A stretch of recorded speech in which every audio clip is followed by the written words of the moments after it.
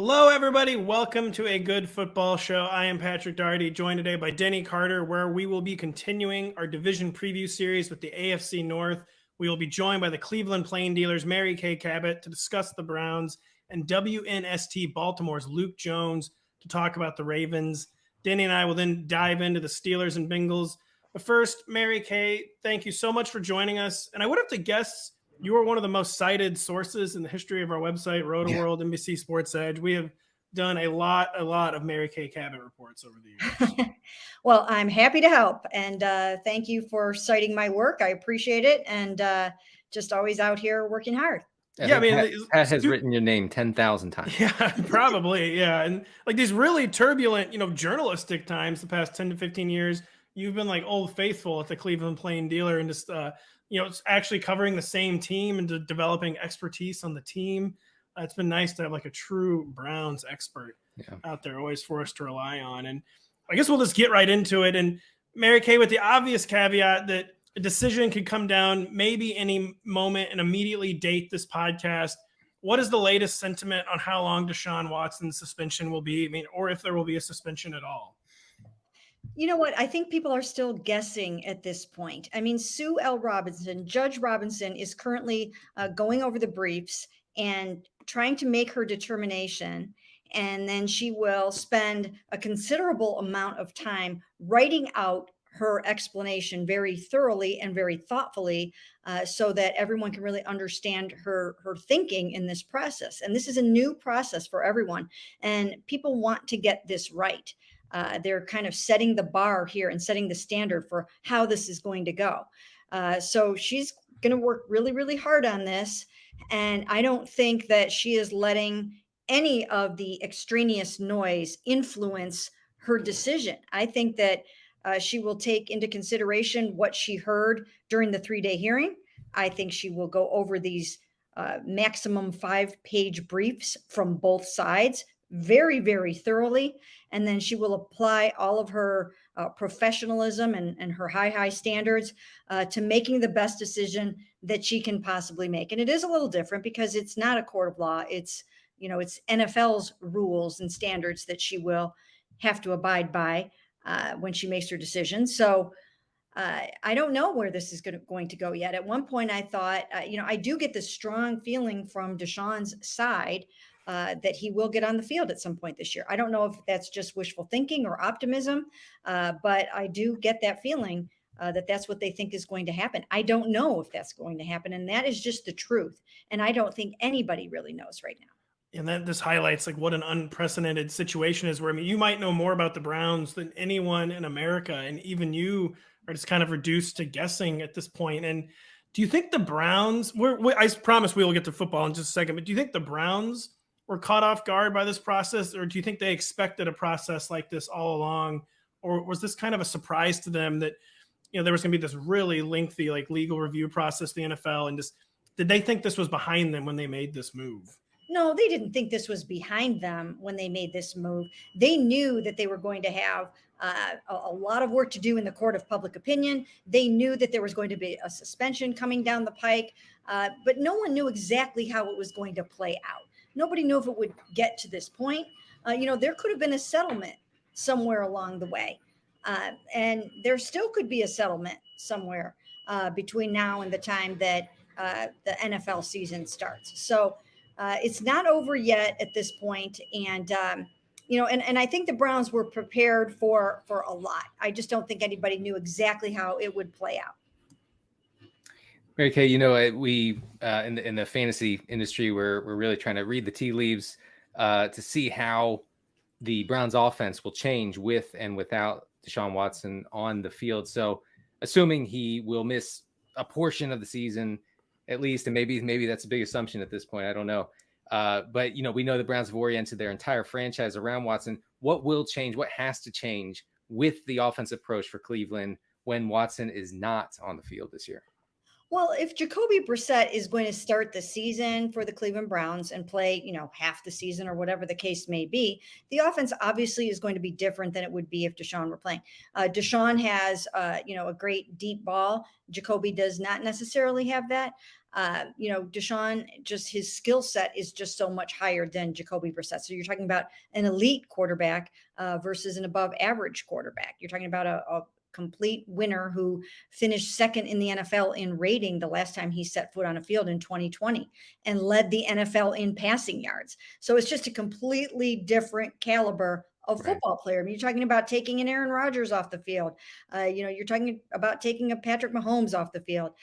So things will change. I think they would have to revert to, maybe a lot of running game, maybe a shorter passing game where you get the ball into the hands of your really good playmakers, Amari and now David Bell and David Njoku, and let those guys do their thing. You rely on Nick and Kareem.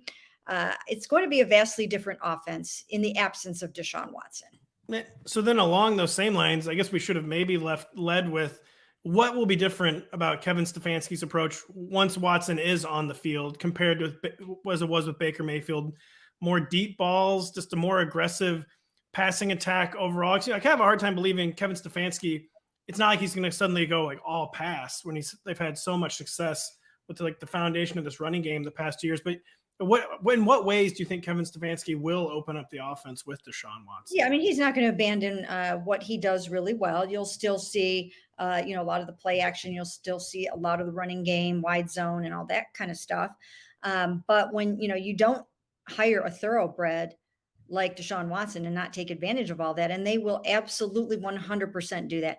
And their whole OTAs, their mini camp, it was all basically like a passing camp. They're bringing their passing game up to 2022 standards, and they will take advantage of what Deshaun does well, and he does everything pretty well. The arm talent is really amazing. I mean, just to watch the practices that I have watched, you can really see the difference from good to elite.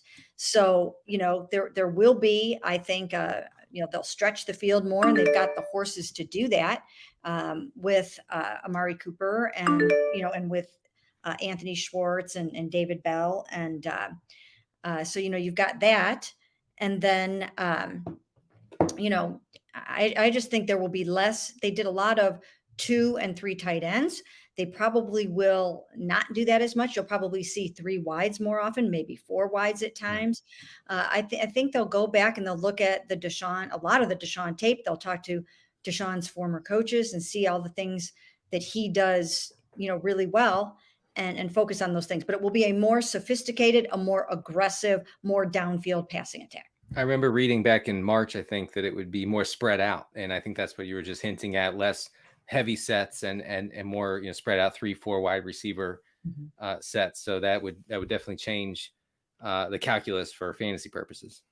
And yeah, Mary, it definitely would. I mean, again, when Deshaun's in there, I've often said that like a David Njoku could be an 8 touchdown a year guy, and he has not been able to achieve that to this point. But I think with Deshaun, he can. I think Amari and Deshaun will be dynamite together.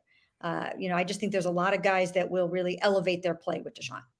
Denny's going to ask about David Njoku in a minute, because he's been a very controversial player kind of in the fantasy realm, someone who's been hyped for years. And someone fantasy players have tried to turn into a superstar maybe before his time. Denny's going to ask you about him, but you just referenced a lot of the receivers, and it's like a totally new receiver core. I mean, Odell Beckham, of course, was traded last year, but Jarvis Landry gone, Amari Cooper added.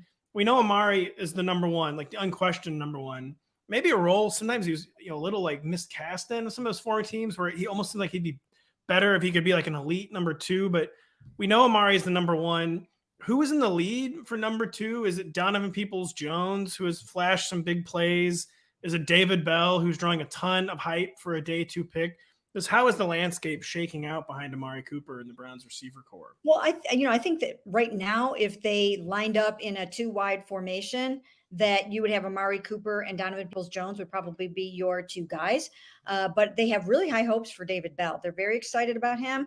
And, so much so that it really made Jarvis Landry expendable. So if he can come up the learning curve as quickly as they believe that he will, I think you'll see him out on the field a lot. And I don't necessarily think it's going to be like a Amari and then there's a set number 2 guy. I think if they need to stretch the field and they are only in 2 wides and they need somebody has blazing speed, they can put Anthony Schwartz out there.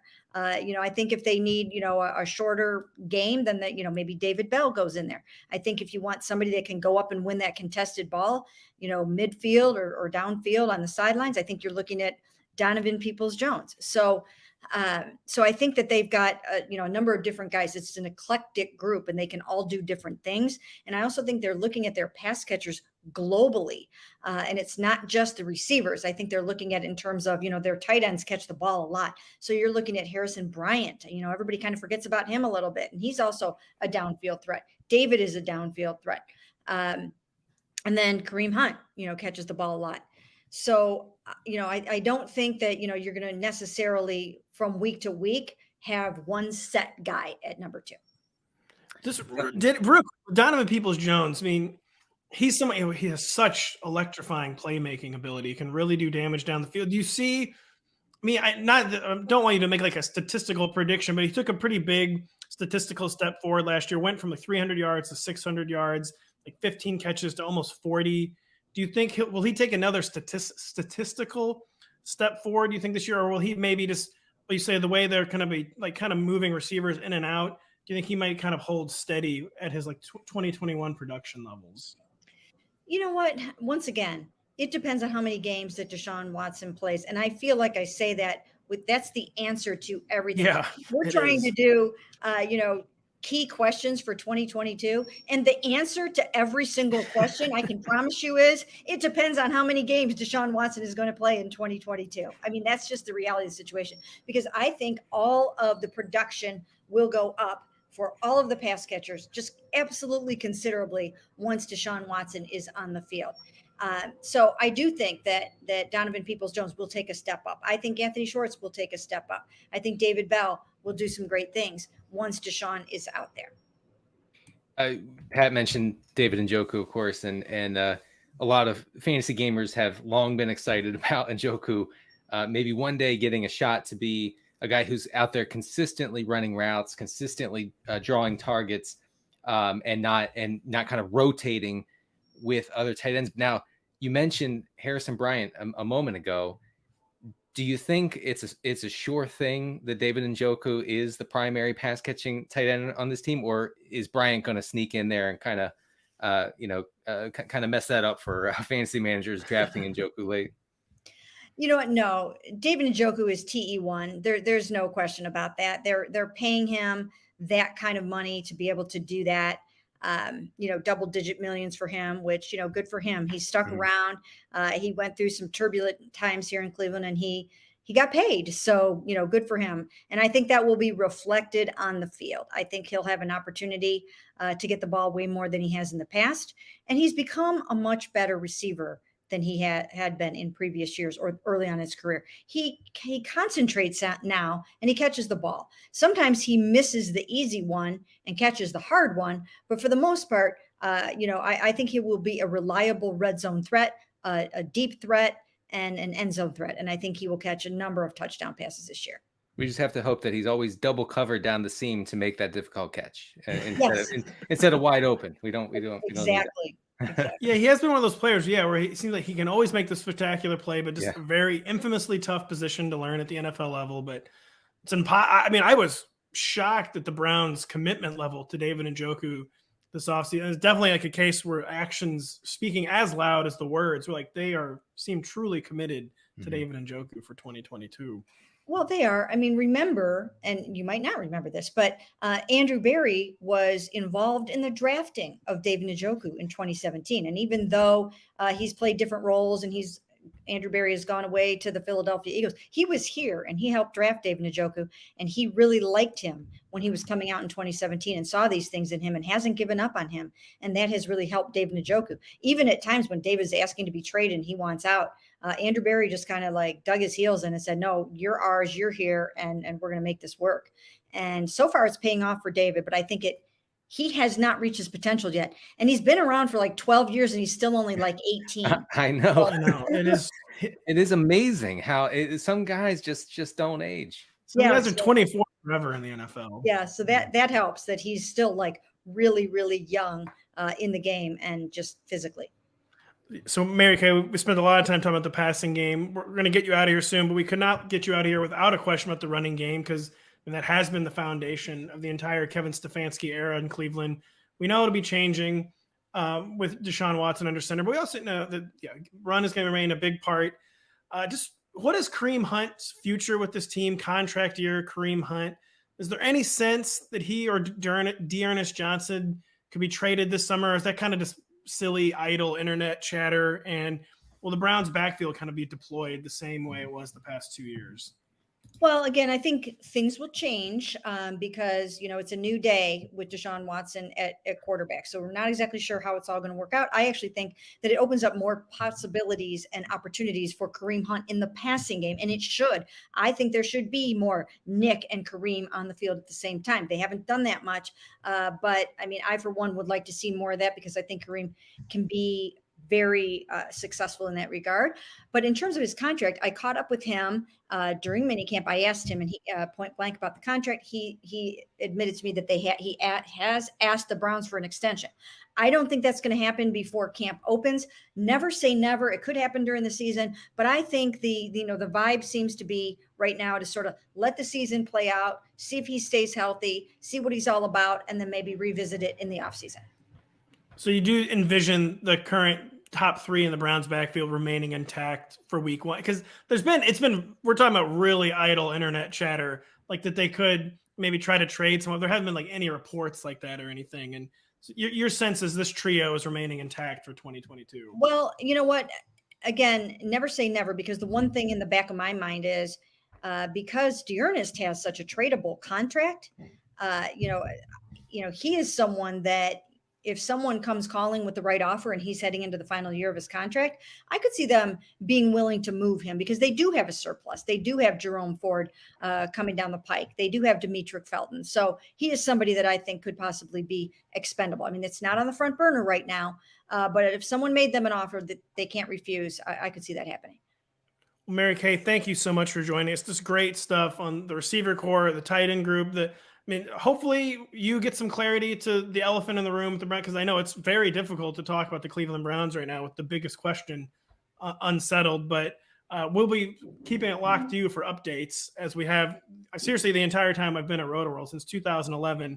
We have been citing you. So thank you so much for joining us at Mary Kay Cabot on Twitter, at the Cleveland Plain Dealer on the internet.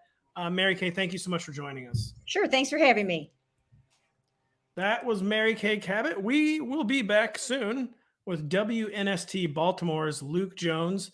But first, a quick reminder. Just a reminder, if you don't have the NBC Sports Predictor app powered by PointsBet, to go download it now. The contests are free and easy to play, and you have a shot to win thousands by predicting what will happen in Major League Baseball, on the PGA Tour, and on the NASCAR circuit. We also have a special contest on Tuesday and Thursdays called Battle of the Bets, where you can agree or disagree with our experts for a shot to collect some cash. Denny, Luke Jones will be here in just a minute, but I mentioned baseball in this promo I just read, and the folks, rumors are out. Yeah, you've been watching baseball this year. Is this real? Is this for real?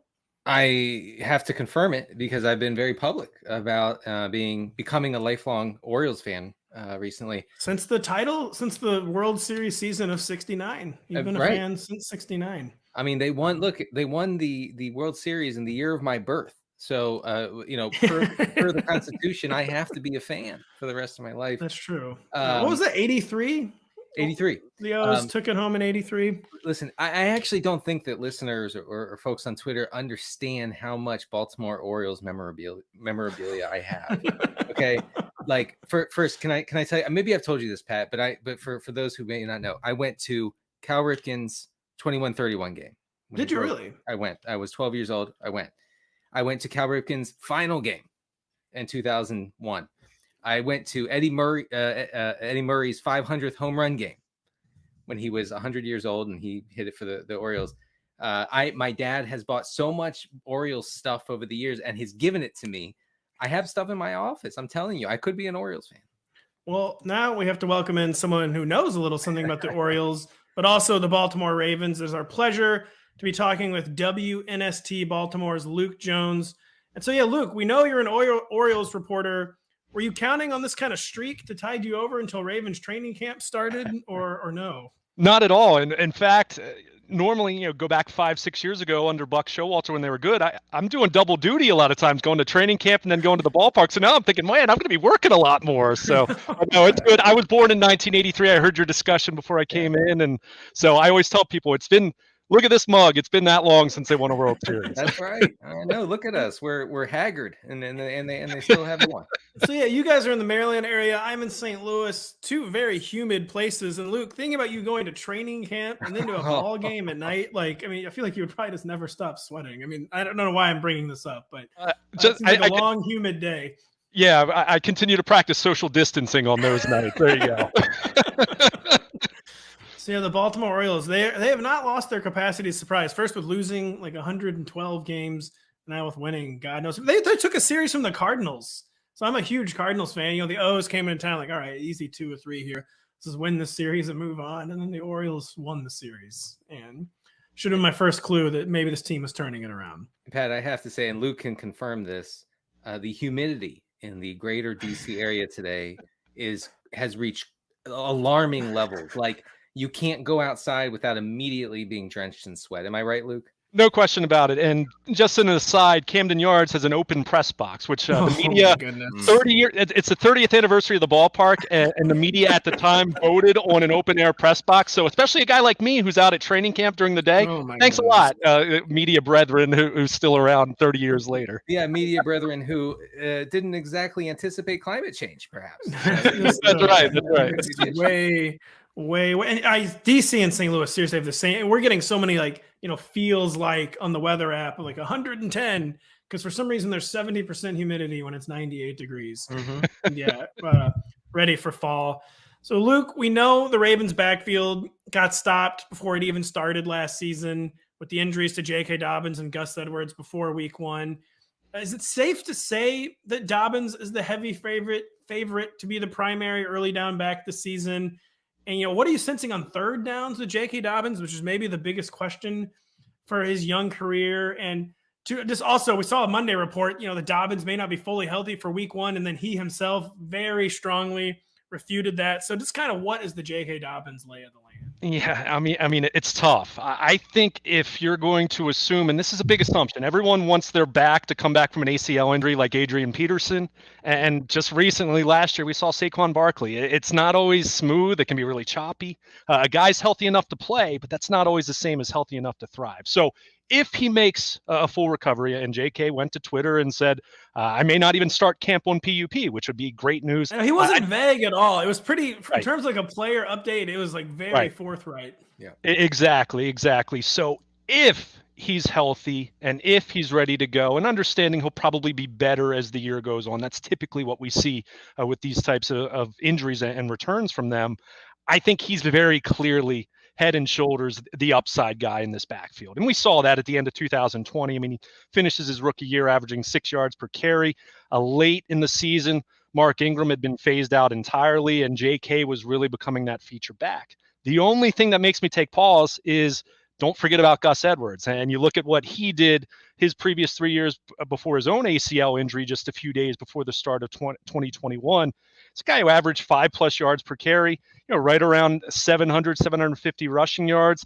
A lot of those short yardage situations, where he was getting touches, to your point, as far as wondering about third down, wondering about goal line. So, I think if you're asking me who has the highest floor, if everyone's going to be relatively healthy, it's tough not to look at Gus just because Greg Roman constantly, distributes the carries and has a timeshare, and they've added Mike Davis, veteran, back to the mix. But very clearly, if everyone's healthy, I think J.K. Dobbins is the guy you want. I think it's tough to draft him too early until you at least see what the first few weeks of training camp look like. I don't think he's going to play in the preseason based on the fact that he got hurt last year, but it's going to make it a little tougher in that way. But if he's healthy, he very clearly, I mean, we saw what he can do. We saw what he did in college, saw what he did as a rookie. And I think the element that everyone was interested in last year prior to the injury was him being a little more involved as a receiver, which again is not a big part of a Greg Roman offense. But I think with J.K. Dobbins and his skill set, that's something they were planning to introduce. So long answer for not having a ton of clarity. But again, if these guys are at least relatively healthy, and feeling good about being healthy enough to be out there, J.K. is the guy you want. If we're not going to include Lamar Jackson, who, has a pretty good bet to rush for close to 1,000 yards, which muddies the water for everyone else. Yeah, I mean, and you kind of said that there's probably some guesswork involved in the third down game right now, but I mean, do you think like someone like veteran Mike Davis, maybe rookie and Mizzou product? I went to Mizzou, Tyler Beatty getting involved in third down, or will that be like the area where like J.K. gets the benefit of the doubt and is the primary third down back? With, again, the caveat we're kind of guessing as we wait to see how he looks in camp with his health. Yeah, I mean, I think if it's more third and medium where you're talking about, being there in blitz pickup, pass protection, and then leaking out of the backfield, I think J.K. Dobbins is the guy you want there. If it's third and short, I mean, Gus Edwards has been really, really efficient on those situations, and they were really bad in those situations last year. They were just so bad on third down in general, and a big reason why was they lost their entire backfield before the season started. But again, it's tough to really nail it down. I do think they were happy to get Mike Davis, and we've seen him go back a couple years ago with Carolina, and he could be a guy who a couple months from now we might be talking about him being their feature guy at least the first couple weeks of the season. But again, in a big picture sense, I still feel everyone healthy, Dobbins is the guy you want to have. I think he's the guy that, if there's going to be a standout that's not Lamar Jackson from a rushing standpoint, it's very obviously going to be J.K. And just real quick, as a Mizzou fanatic, how has Tyler Beatty been looking this spring? Because he was really, really good in college. Yeah, I didn't mean to. Apologies for leaving him out, as you mentioned. Okay. Yeah, he's actually he flashed and showed some real ability as a receiver. I mean, it's tough. I mean, OTAs and mandatory minicamp, you're not really seeing what guys can do from a rushing standpoint, but he certainly made some catches. And John Harbaugh at one point even brought him up unprovoked when kind of asked about the backfield because they didn't have Dobbins or Edwards out there this spring, obviously. So I think Beatty's someone to watch. I certainly wouldn't be, talking about drafting him anytime soon or, preseason, but he could be a guy as the year goes on, especially not knowing what's going to happen with Dobbins if they are to introduce that element of a little more receiving ability out of the backfield. He certainly flashed. And I'd say anytime the Ravens draft a running back, just knowing their style of offense, I think 6th round or not, you got to keep an eye on him from a big picture sense, just knowing, again, that by committee approach that Greg Roman has used for most of his career as a coordinator at different spots. It's why we spent so many summers excited about Justice Hill. Exactly. No offense right. to Justice Hill, but yeah. No offense. I mean, very good player. Lamar Jackson, obviously, a bulked up Lamar Jackson from, recent reports. I had kind of a 2-part question here. One, it's been reported over the past few months that Lamar is working with a throwing coach who I guess worked with Carson Wentz and other guys in 2021. Uh-oh.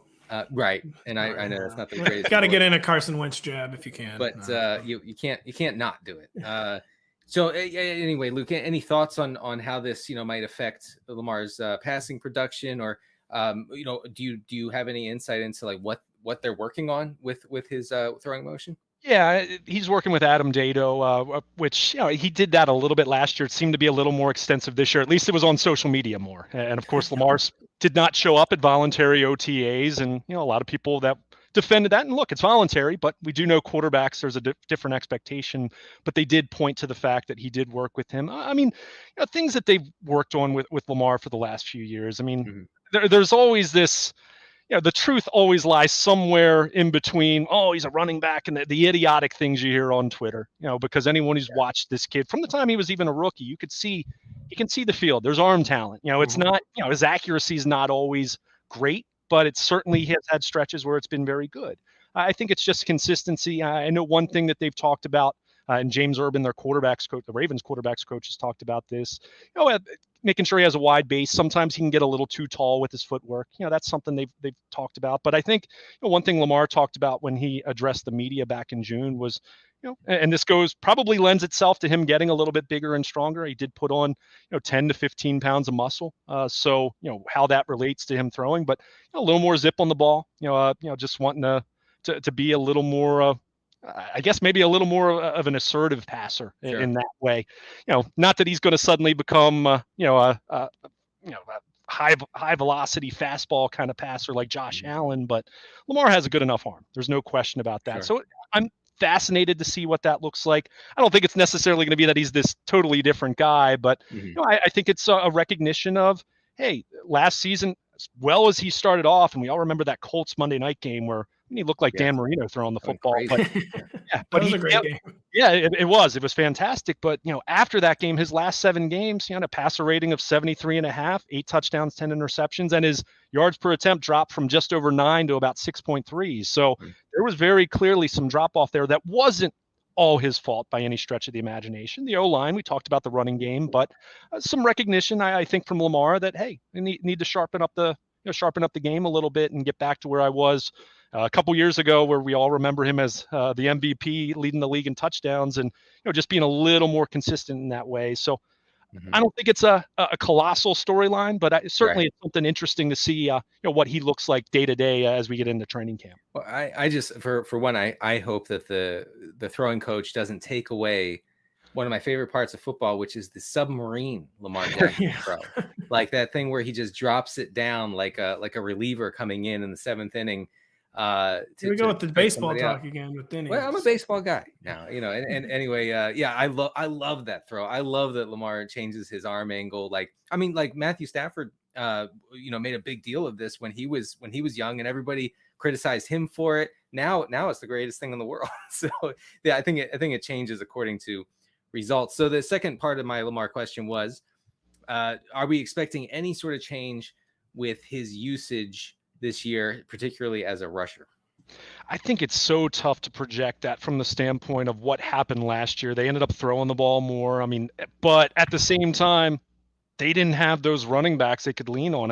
Devontae Freeman was okay. For where he is in his career, he did a nice job for him, but wasn't J.K. Dobbins or Gus Edwards. So I think if you look at the Ravens in their totality and how they proceeded this offseason, they know, they're hoping, they're optimistic that Gus Edwards, J.K. Dobbins back for week 1. They fortified their offensive line with drafting Tyler Linderbaum. They added Morgan Moses at right tackle. They're hoping and optimistic that Ronnie Stanley's going to be back at left tackle.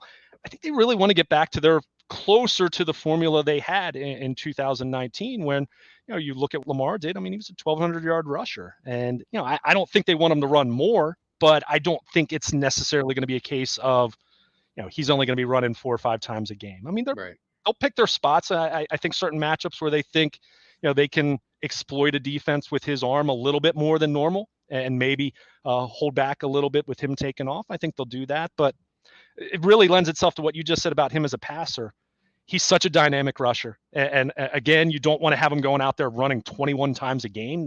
That's not sustainable. But what he can do with his legs. Why would you shy away from that too much? It's really what makes this offense so incredibly special. There are other quarterbacks in this league who can throw the ball better than Lamar Jackson.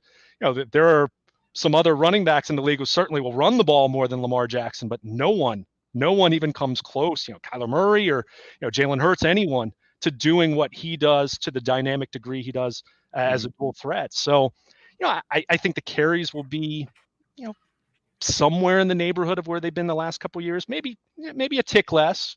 But so much of that's going to, again, depend on how healthy is Dobbins, how healthy is Edwards. Because last year it came down to it. There were certain games, not every week, but before he got hurt, that they didn't have anyone else dynamic running the football. So almost by default, you have to have him carry it a little bit more than you'd like. So again, I think it's easy to talk about these things in July when you're not playing meaningful games, but it gets to be the fourth quarter and it's a 3-point game, and your passing game's maybe not firing on all cylinders, or your schemed up running game isn't doing what you'd like it to be doing. And I think it's really tough not to just look at your play sheet and say, all right, it's time to give the ball to number 8 and everyone else get out of the way. Yeah, I mean, I believe the stat is there's been 3 1,000-yard quarterback rushing seasons in NFL history, and Lamar has 2 of them. Yeah.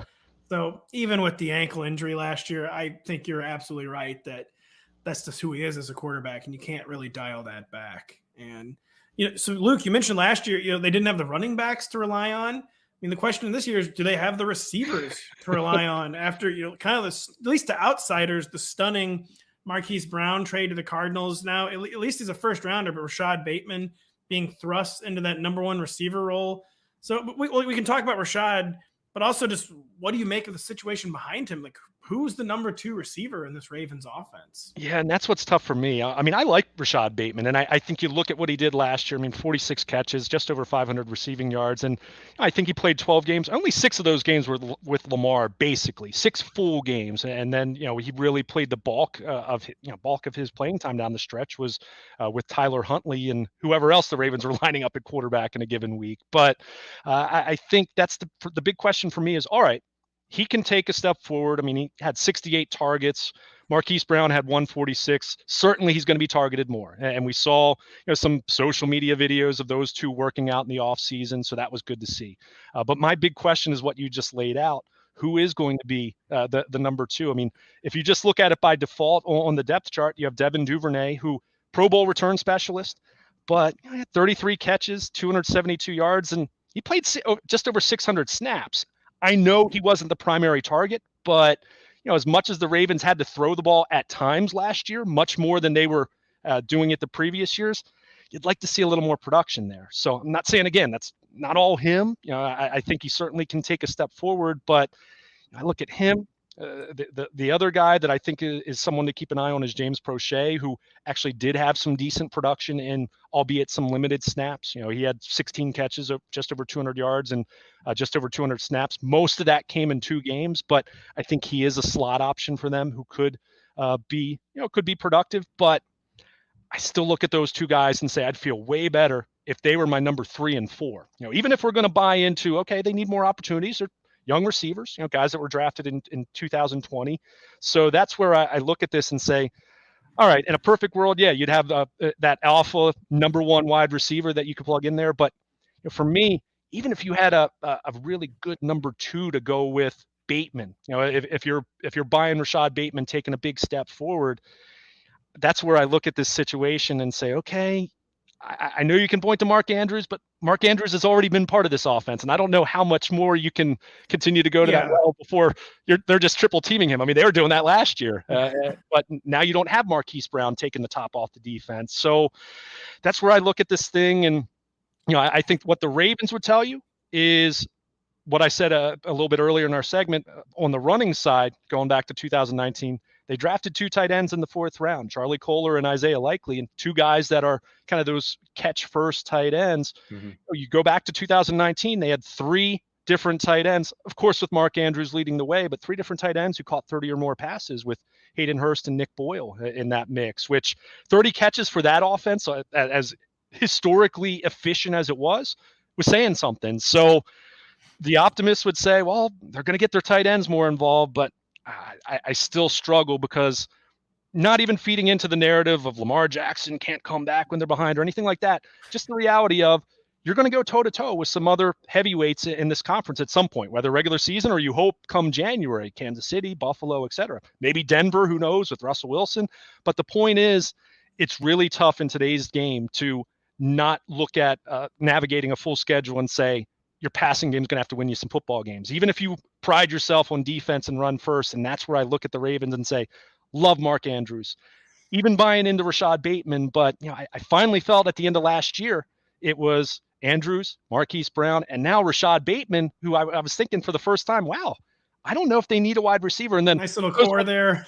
Yeah, it shows what I know. They trade their number 1 wide receiver on draft night. And to this point, they haven't replaced him. So do they add a veteran? We'll see. I don't know if it's someone that's going to move the needle, and they don't have a lot of cap space at this point. But I share that concern with you. I'm high on this team in a lot of ways, but for me to really say I think they're a serious Super Bowl contender, that's the area that's holding me back from putting them in that tier rather than just saying I feel they're going to get back to the playoffs and play games in January.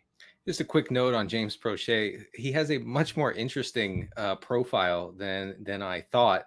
We did a blurb on him back in early July, where the Athletics' Jeff Zrebeck said Prochet continually stood out in Ravens minicamp. So Prochet came into the league after leading the entire nation with 111 receptions at SMU, and he was fourth in receiving touchdowns with 15 in his final collegiate season. So like a monster history of production for Prochet. I do think he's someone probably to monitor in like deeper formats. I can't imagine that in a run first Ravens offense that the third option is going to get many targets, but he's interesting, I think. Yeah, I agree with you. And he's someone who he flashed last year too. So that's where, not that I'm dismissing it, but you do have to take some pause and say, okay, it's one thing to do that in practice. And he has taken full advantage because this guy's a 6th-round pick. It's not like he's been a roster lock the last couple of years, but he's certainly done enough to solidify his standing. And I think he has done enough to earn an opportunity. Now, what is that going to look like when he gets that opportunity on a weekly basis? It's one thing to do it when, he had a good game against Denver early in the year, didn't really follow that up with too much, and then kind of fell to the background again. And then late in that COVID game where the Ravens just got their doors blown off by Cincinnati, he had some production, but they were behind. They were throwing every down. That was Josh Johnson throwing to him at that point. So, I think he's interesting. Like you said, very productive. But again, this is year 3. Okay. If it's going to happen, it's going to happen now because they need someone else to step up. Like you said, it's not going to be a guy that needs to have 1,000 receiving yards or anything crazy like that, but you need someone else that's going to be productive for you, or that's where you fear there's going to be way too much attention devoted to Mark Andrews, and then all your eggs are in the Bateman basket, and that's still a little tricky, even if I am high and optimistic on his ability to take a step forward. Sorry if I missed it, Luke, but I don't think I heard you mention Tylan Wallace. Is he in the mix at all for targets or not really? Well, I mean, he's in the mix because they just don't have a lot of guys. I mean, you look at their current depth chart. I mean, they have 4 guys that are, quote unquote, established, and everyone else, former practice squad members or rookie free agents. I think they brought in 5 or 6 rookie free agent wide receivers this spring. So I think Tylan Wallace is going to have an opportunity. But, last year played almost exclusively on special teams, did not get many opportunities, even late in the season when, there was so much all hell had broken loose, basically. Right, exactly. So, I don't want to dismiss him because he could take that, make more of a jump in his second year, but he just played so little last year. I mean, really, the only real look we got on him was on special teams, which he did a nice job with, but certainly not something you're talking about from a fantasy standpoint in that regard. And so the final question I'll ask you, where you kind of already answered this, I was going to ask, do you think the number 2 could come from outside the house, or do you just not think they're in a cap position to do that? Well, I mean, I think the big question is, what's the market going to look like? I mean, Julio Jones isn't getting Julio Jones money anymore, right? No. I mean, he would have signed by now if he were. So. Right. I mean, you just go down the list of some of those guys, Will Fuller, and you go down the list. I mean, these are all guys that they're available for a reason at this point. And as much as I'm contradicting myself, I can at least see some argument to saying, you were kind of down this road with Sammy Watkins last year. I go back to even the end of the Joe Flacco era. Jeremy Maclin was, done before. Forgot about St. Louis legend. I forget about Jeremy Maclin's time with the Ravens. Right. I mean, he wasn't there for him anymore. He couldn't stay on the field and just wasn't productive. I mean, so do you bring in a guy like that, and guy of that ilk, someone that used to be a bigger name, to try to catch lightning in a bottle? I mean, I'm not going to say no, but at the same time, is it a case where it's just going to clog things up a little more, but you're still going to get, a kind of pedestrian production? From that standpoint, is there an argument to, at the very least, maybe you start the season with what you have, and then and Eric DaCosta, their general manager, has shown an aptitude for making some deals at the trade deadline. Maybe that's a case where maybe you add someone then. So in an ideal world for me, and I've been saying this since, the draft night when they traded Marquise Brown, even if it's not a case where, you go acquire someone's number 1, is there a number 2 out there that profiles doing some similar things to what Marquise Brown had done for them? Not that he's going to be their top guy, but a guy that stretches the field a little bit more of a speed guy. That's what I'd like to see, because, I think Bateman can do some of those things, but he's not the same lightning fast burner. Crochet is more of the possession slot type. Duvernay has great straight line speed as a returner, but it hasn't really translated seeing him do that as a receiver. Maybe there's untapped potential there, but yeah, it's tough. I struggle with this because I'm someone that I haven't shied away from the big flaw of the Baltimore Ravens of, for most of their history, despite all their success and all the things they do extremely well, has been the wide receiver position. And really going back to trade again, Quan Bolden. Weird how many great franchises that happens to. The Patriots, the Eagles, the Ravens. It's a tough one to get right, I guess. Yeah, everyone jokes. I mean, just if the Ravens could take one thing from the Steelers, it's whoever's been evaluating their wide receivers over the years, with the rivalry. So that's where I am a little leery. In addition to just some of the guys they're counting on coming back from injuries, just in a global sense, it's tricky when you have some very key players coming back from injury that you're counting on. But, if there's that position group offensively that still does worry me, it is wide receiver, just, because these guys haven't done it. Doesn't mean they can't do it, but if you're asking me right now, it's tough for me to take that leap of faith, just knowing the history of the organization, with that being an area where it's been a problem for them over the years across different eras, even different quarterbacks. The Steelers are the one team in the NFL that drafts receivers well, I think. Yeah. Like every year somehow. But real quick, Luke, you might be surprised to learn that in the fantasy community, we are once again hyping Sammy Watkins. This time with the Green Bay Packers. So what is dead may never die there, basically, with Sammy Watkins. Hey, Sammy, we didn't get, with these last couple COVID years, we haven't had a chance to get to know these guys nearly as well as we had in the past. But, I felt for him because I think, he came in, he was optimistic. It was kind of healthy early on, and then just, I guess, I don't want to say old habits because he's not doing it on purpose, but just hasn't been able to stay on the field, But to his credit, if you want to look at it from a win probability standpoint, he did have some big catches for them that saved them on a couple occasions, as they, had 12 one-score games that they played last year. He was right in the middle of a few of those. Well, he's going to be a fantasy X factor in Green Bay, according to us. So, Luke, thank you so much for joining us. Awesome stuff on all the Ravens position groups. And follow Luke at Baltimore Luke on Twitter. And yeah, get some Orioles tweets in between now and training camp, 7 to 10 days away.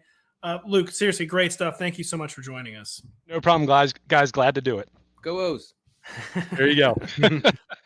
That was Luke Jones. I'm Patrick Daugherty, and this is Denny Carter, and we still have two teams to talk about in this division. We will be right back after this. The Fantasy Football Expo, presented by NBC Sports EDGE, is coming to Canton, Ohio, August 12th to 14th. Join some of the top experts in the country, including our very own me, Pat Kareem, Dennis Carter, Lawrence Jackson, and Kyle Dvorchak for the only true Fantasy Football Expo in the country. Tickets are available at the fantasyfootballexpo.com. Use promo code NBCPass at checkout to save $20. Yeah, Denny, we're going to be at this expo. And we're like basically making you like a zoo animal, it sounded like putting you like in a booth or something where the Denny army could like come look at you and like poke you and prod you. It's a small cage. You can come over and poke me, call me names, things of that nature. But we're raising money. No, I'm kidding. God, no, not doing anything like that. Definitely not. Yeah, no, we're raising money for Denny. But yeah, right. You can come take a selfie with me if that's something that you. Denny's gonna have a bucket that you can just put money in, like he's a busker. That's only. Well, this time it's like you just hand out takes, and then people put money in your bucket. But I don't. Yeah, I don't like the fact that I have to use all that money to buy the rest of the NBC team beer. I know it's hopefully you'll have some teeth left by then. Because I said we need takes. Yeah. And we got your dentist take, which I agree with your dentist. Dentist is just a scam. It's a scam. It's a scam. Every time you go, it's a disaster. I mean, it's just, and I take good care of my teeth because I had some issues like 15 years ago. And I was like, well, that's never happening again. I am committed to making it a habit to floss, to brush all the time, to use the very fancy, very expensive mouthwash, all that stuff. Right. It doesn't work. It turns the problem out is you drink 9 vanilla Cokes a day, and like that's gonna do it. You're right, and I just spread brown sugar all over my teeth in the mornings. I do eat brown sugar with my oatmeal, so maybe that's causing it. But yeah, I only do cinnamon with the oatmeal. Cinnamon. it was horrific. It was a horrific visit to the dentist. And let's just say I will be at the dentist several times in the coming months. Oh my gosh. Well, speaking of scams, Denny, we have the Pittsburgh Steelers trying to pretend Mitchell Trubisky could be the week 1 starting quarterback. And I'll just begin by asking you that. I mean, do we lend any credence to this, or is it going to be Kenny Pickett in week 1? Or the Steelers think they have an elite roster? They're going to try to grind through the year with a veteran quarterback and Mitchell Trubisky. What is your read on that situation? I really just, understanding Steelers culture and Mike Tomlin culture, I can't see the rookie emerging unless Trubisky gets hurt early on. Oh man. I think Trubisky will get every single chance. I know that Pickett was working with a third string offense in mini camps, but I guess is not shocking. That's stunt season kind of, Yeah, that's like when Tomlin shines, like hard A coaches, like when it doesn't matter, like, oh yeah, he's got the 5th team reps this week. You didn't even know we had a 5th team. Yeah. Like Kenny Pickett's out there with them. Right. And I really do think Trubisky will have to fall on his face big time, which, it's possible. We remember Trubisky with the Bears, and he did that smart thing where he hit himself for a year and now he's back. So but yeah, I think that we should bank on Trubisky playing at least most of the season, again, barring injury or something. And honestly, I don't know if that's I think that's preferable for the pass catchers on this team compared to Pickett under center. I don't know. Man. By the way, you just mentioned Mitch Trubisky. He got football canceled, and he came back with a Steelers Substack. And yes, he did. He's back in the game. I've been canceled by the mob. Support me, and if you support me, you'll sign me to a starter's deal. So, talking about the Steelers quarterback situation, do you find someone like Chase Claypool even draftable? Like maybe it's an extreme way to put it. He's only the wide receiver 50 right now, an underdog, right, which, as we know, is a very sharp group of drafters. We're going to be getting more, like the redraft players are about to be coming back. ADPs will be changing soon, where I feel like Chase Claypool and his name recognition, might not, he probably won't fall all the way to wide receiver 50, but can we trust Chase Claypool in an offense that's going to be Kenny Pickett or Mitchell Trubisky? Well, 2 things working against Claypool. Obviously, the quarterback situation, which honestly I guess couldn't be worse than Roethlisberger, but probably not. It is crazy, isn't it? But yeah, I mean, almost nothing can be worse than whatever. I mean, like the old man ad-libbing. That's why I will not miss out with the Steelers. Where like Ben gets flushed from the pocket and he just kind of like flings the ball, and it's just like a really bad incompletion. Yeah. It will be better than that, I think. And then the second thing working against Claypool is that dog in George Pickens. George Pickens off the chart on my dog algorithm. Are high there. And so I could see him falling to like a wide receiver 3 in that offense behind obviously Deontay Johnson and George Pickens. And then you have you have Najee Harris commanding targets from the backfield. I guess the best case scenario for Claypool is that he gets more slot opportunities, because he's actually been pretty good as a big slot, and he's a massive slot receiver. And he, gets matched up with smaller cornerbacks that can, result in some favorable looks. But he's shown, Claypool through 2 seasons in the league has shown he can't separate. Almost 40% of Claypool's. Almost 40% of Claypool's targets last season were considered contested catches. That was the 6th highest rate in the entire league.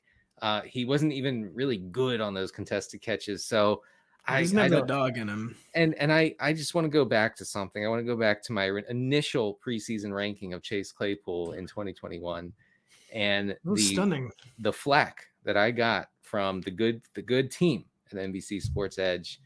And it turns out I was right. I know. I know. We kind of like forced you into conformity. I had to move him up. I had the pressure was too much. I know. That was bad. You were right all along. I mean, at what point is there any point where you consider Chase Claypool a value wide receiver X? Or I mean, okay, in a league where you have to start 3 receivers, and it's 12 teams. I do think, obviously, I think he should be drafted. I don't know. Is that a startling statement? No, I mean, I think that, yeah, it would be pretty bad if he were on the waiver wire. Right. So he is a guy that makes big plays, and he's got at least one signature skill where he can make big plays. He scored. He did score a lot of touchdowns before he didn't score a lot of touchdowns. He was 4 touchdowns before he was against them. Yes, and the Zoomers will have no idea. No idea what that means. But I do, and I appreciate it. Yeah, so I do think that he should be drafted, but I honestly, it's hard to see like a path to consistent targets there. It really is. And just too, I mean, we don't ever truly know what's going on, but it just certainly seems like Mike Tomlin does not like Chase Claypool. Oh, he definitely doesn't like him. And there was the least amount of dog on any individual play last year was Chase Claypool celebrating when the Steelers were in hurry up mode at the end of the game and trying to get the ball set. And he goes, I've never seen less dog in a player than Chase Claypool. You know who wouldn't do that? George Pickens. No. God, no. Well, I mean, he literally played for the Georgia Bulldogs. I mean, what do you expect? It's. I mean, just look at that guy watching the NFL draft, watching his name called.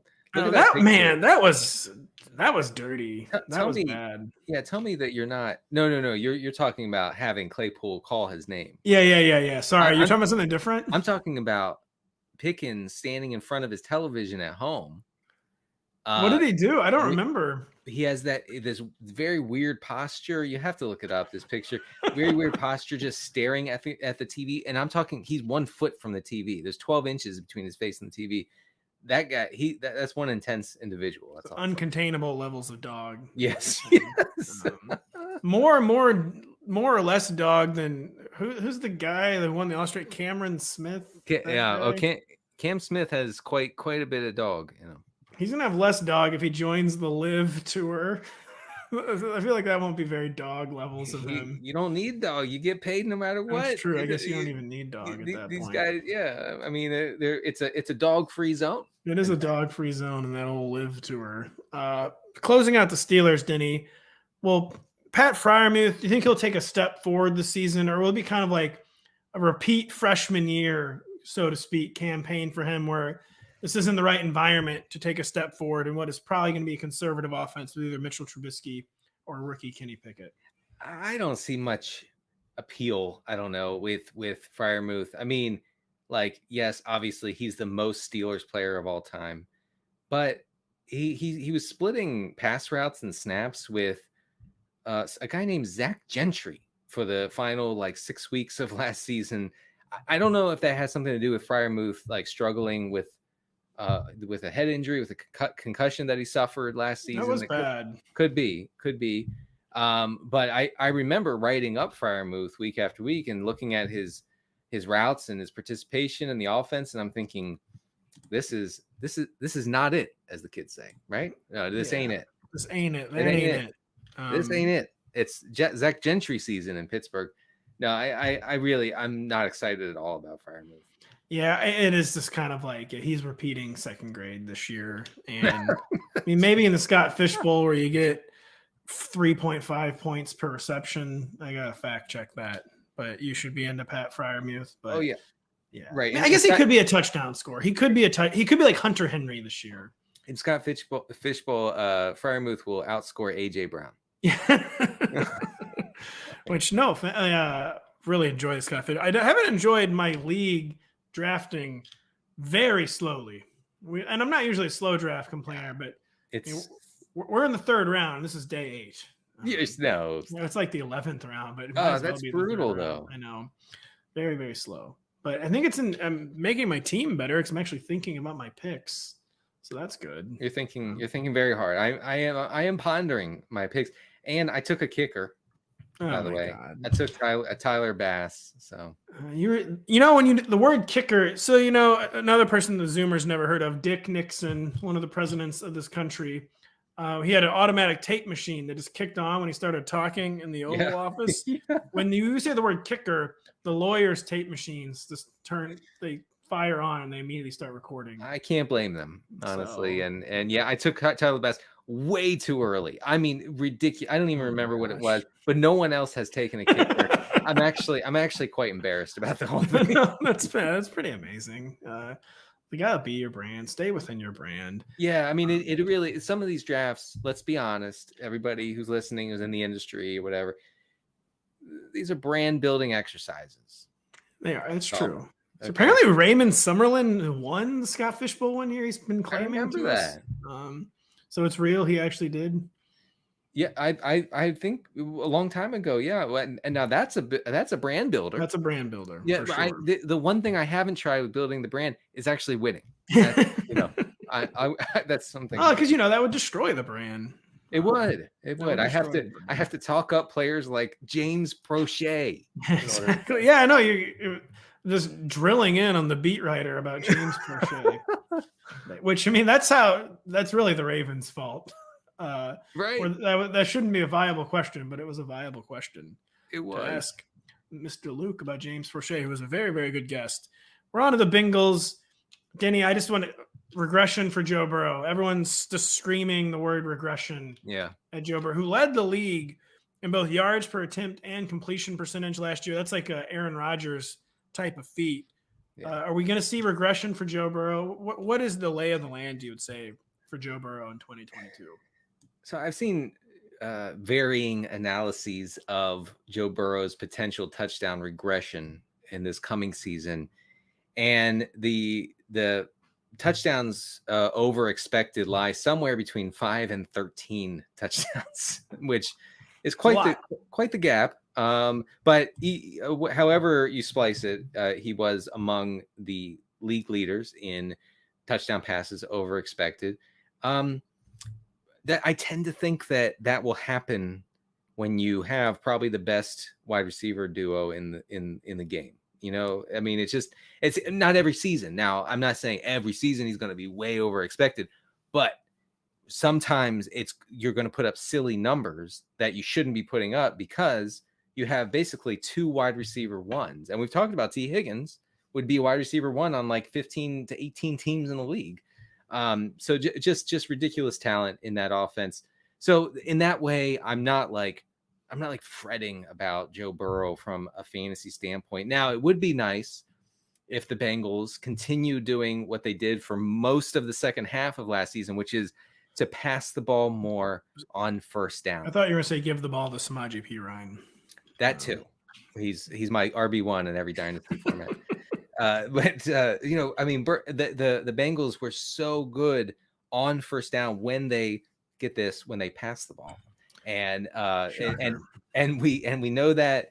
I hope the Bengals recognize that. I hope they continue that into this year. If they do, I don't really see a reason to be too freaked out about Joe Burrow, especially his ADP's fine. There's nothing. It's fine. Yeah, it kind of came down to it can be frustrating. But like the Joe Burrow case, him not regressing kind of comes down to him being a model breaker, but he's kind of always been a model breaker. We know Jamar Chase is a model breaker. Yeah. And, there's going to be people who don't want to rely on that. And that's totally fine because they're very smart people who aren't like superstitious and like praying to rune stones. Like I just get like a Danish rune stone and pray to it that Joe Burrow will not regress this year. But yeah, I mean, this is an offense with some model breakers in it. And when you lead the league as a sophomore in both yards per attempt and completion percentage, I mean, you might be a special player. Yes, I think that's what we're dealing with. And a potentially special offense if the head coach doesn't mess it up. So I joked about Samaje Perine, but talk about thorn in everyone's side last year, Joe Mixon managers. The Bengals have never fully trusted Joe Mixon on third downs. No. You think he's going to cede more? He played just enough third downs, caught just enough passes last year where he really thrived even as a PPR back. But do you think it's a situation where they might get dialed back more?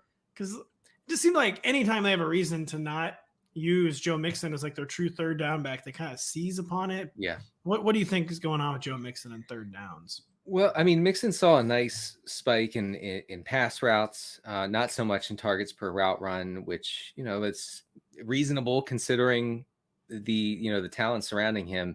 The Athletics' Paul Dehner, perhaps. Yeah, I always say Dehner. We're sorry to these reporters. Like, we write your names so much and just never ever say them. So yeah, the Athletics Bengals beat Schefter recently reported that Chris Evans has a chance to supplant Samaje Perine as the third down back. So when beat writers are already talking about like the third down back, that's probably not indicative of Joe Mixon seizing a 3-down role. I don't think that's in the cards. I think his ADP accounts for that to an extent. I do think you're probably drafting him like near his ceiling if you do take him in redraft leagues, especially like I know this is a little bit of a little bit of an easy out, but I like him way better in standard leagues than I do in PPR. I'll say that. Well, you haven't played a standard league, of course, since 1993. Well, I would never. It's against my religion, actually. Yeah, that actually has been part of your ongoing employment agreement. You're only allowed to continue working for NBC as long as you stay away from a standard league. And yet, my mock draft that I wrote up for NBC Sports Edge subscribers was standard scoring. That's and there's so much paperwork between the lawyers and stuff just slips through their cracks. Denny, is there a third passing game? It's like we're basically not even going to discuss Jamar Chase and T. Higgins. It's because why? There's just elite players. Is the third passing game? Do we still like Tyler Boyd? Basically, I think it's kind of what this question is. I sometimes see like Tyler Boyd pop up on fantasy Twitter as like he's the guy you're forgetting about. That's true. We are forgetting about him, right? And it's true. I think it's okay. You can forget because like Mixon, like I just mentioned with Mixon, and whoever is the starting tight end, who's the tight end for the Bengals? Well, I was going to ask you about the final question. It's Hayden Hurst. Hey, it's Hayden Hurst. I'm sorry, I keep forgetting that. These guys are like so far down in the pecking order compared to Higgins and to Chase. So like, for example, Tyler Boyd in 2021 posted a career low yards per route run. That's tough. And his targets per route run dropped from 21% in 2020 to 15.5% last year. But it makes sense. He's still running every route. Like he's in every 3 wide receiver set for the Bengals, and that makes sense. But it's hard to command targets when you have Higgins and Chase hogging everything. So, I mean, I guess like he's a little bit of a PPR cheat. What do you call it? PPR scam? Cheat code? I mean, I say scam a lot. I mean, it maybe running numbers. Now, the real upside for Tyler Boyd is if either Chase or Higgins get dinged up. And in that case, Boyd, I think, then becomes like a starting wide receiver in 12-team leagues. I mean, at that point, Denny is out of fab. At that point, I've moved to the Tibetan mountains. And, yes, of course. CJ Uzomah had tight end 1 pop-up games for the Bengals last year. I mean, any reason to expect something similar from Hayden Hurst, or have we moved on from Hayden Hurst season, who's 28? I guess I thought maybe it was only like his 3rd or 4th year. It is his 5th year in the league. But are we moving on from Hayden Hurst? Hayden Hurst has always had a great profile. He was a 1st-round pick. No, he was old, but he was a 1st-round pick. Yes, and but he has never shown an ability to command targets. And so now you put him in one of the most explosive, talent-packed receiving games in the entire league. He's not getting anything. No, man, you went about a high T pick. Hayden Hurst was a 24-year-old 1st-rounder taken ahead of Lamar Jackson. I did know that. I did. It's 24? High T, yeah. And he turned 25 that August. He was 24 on draft night, and he turned 25 before he ever played a regular season down. So Hayden Hurst was playing against 18-year-old college kids when he was 24. Yeah. That's what you're saying. Okay. Yeah. Pretty interesting. That's a factor we should consider. Yeah, that is a factor we should. Yeah, I think I'm doing this math right. I am. Yeah, he was 24 on draft day, 25 week 1. But there will be big plays. So the seam, you got to devote so much attention to T. Higgins, Jamar Chase, CJ Uzomah was just running free down the seam sometimes last year. Yeah. It could happen for Hayden Hurst. Hayden Hurst is vaguely interesting as much as we kind of just joked about it. Yeah, look, I'm talking down on Hayden Hurst.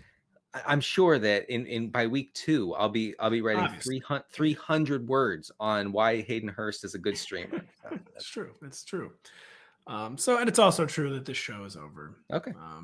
We had a really good episode today. So much thanks to the Cleveland Plain Dealers, Mary Kay Cabot, and to WNST Baltimore's Luke Jones. Really great stuff on the Ravens. Thanks to Steelers and Bengals beat writer Denny Carter. We just previewed the hell out of those two teams. Hey, listen, when I'm not watching Orioles games, I'm studying those offenses. It's true. It's true. Yeah, when you're not breaking down Trey Mancini's swing, you're out there, studying the Steelers. Check it out on YouTube. I have a 3-hour clip of a supercut of Mancini home runs. There you go. So Denny, Baltimore Orioles fan since 1969. I am a St. Louis Cardinals fan my entire life. For Denny, I'm Pat. That is all for today. We'll be back tomorrow with Denny Carter. Thanks for watching. Make sure to hit subscribe for all the latest fantasy and sports betting advice from NBC Sports Edge. And don't forget to sign up for NBC Sports Edge Plus to get the best-in-class draft guides, as well as season-long fantasy, DFS, and sports betting tools that will give you the edge.